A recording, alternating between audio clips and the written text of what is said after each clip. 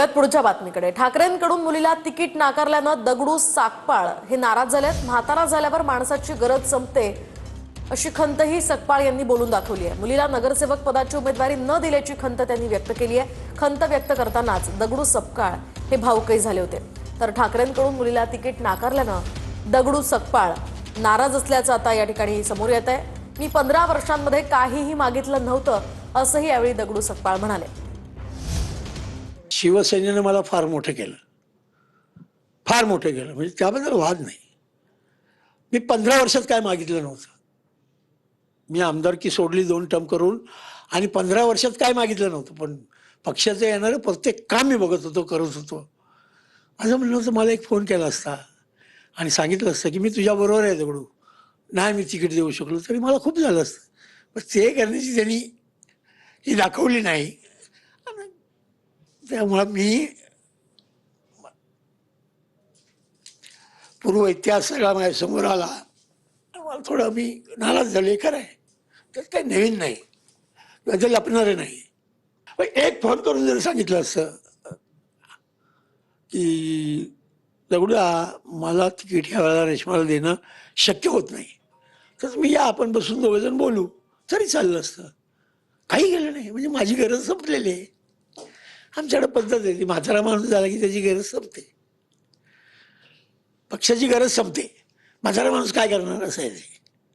नाही, पण तुम्हाला असं वाटतं की तुमची गरज पक्षासाठी संपली आहे, पण एकनाथ शिंदे यांना वाटलं की तुमची येऊन तब्येतीची विचारपूस करावी, तुमच्याशी संवाद साधावा।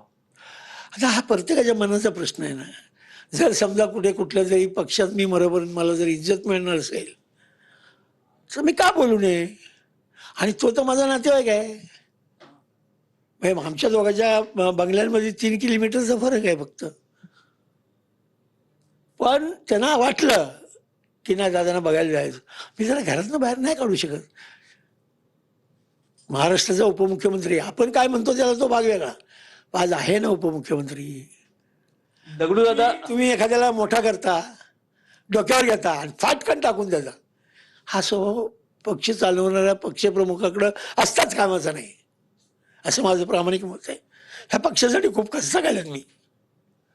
दगडू दादा, थेट प्रश्न आहे, भविष्यात आज तर एकनाथ शिंदे तुमच्या घरी येऊन तुमची तब्येतीची विचारपूस, गप्पा, स्नेह दाखवून गेलेले आहेत।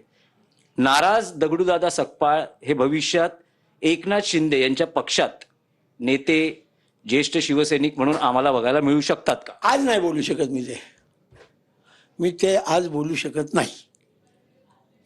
काय सांगा कुणाचं, समजा उद्या माझ्या मनात असं आलं, माझ्या मनात येईल ते मी करू शकतो, हे 100% खरं आहे। जोपर्यंत मनात येत नाही तोपर्यंत ते डोक्यात कशाला घाला, लक्षात आलं ना। फक्त एवढंच होतं की खूप वाईट वाटलं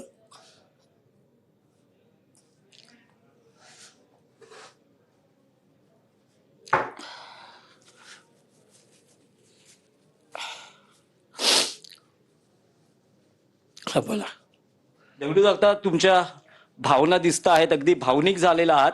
एवढ्या वर्षाचा शिवसेनेतला तुमचा संघर्ष, त्यानंतर तुम्हाला मिळालेली पदं, आणि त्यानंतर आता ज्येष्ठ असताना तुम्हाला तुमच्या मुलीला उमेदवारी नाकारली जाणं, याची खंत तुमच्या मनात दिसते, ही डोळ्यातूनही तुमच्या व्यक्त होत्या, भावना व्यक्त होत आहेत।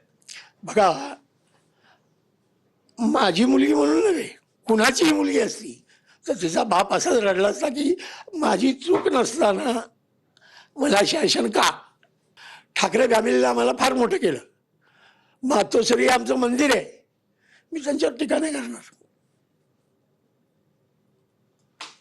भले माझ्या मनात आलं मी कुठेही गेलो तरी ठाकरे फॅमिलीवर मी स्वतःहून टीका नाही करणार। निव्वळ बाळासाहेबांच्या एका शब्दासाठी तो आम्ही पाळला शब्द, त्याला असं वाटतं आम्ही चूक केली, असं नाही चालत हो। ठीक आहे, बघूया। व्हिडिओ जर्नलिस्ट गणेश बोरेसह दिनेश जुखंडे, TV9 मराठी,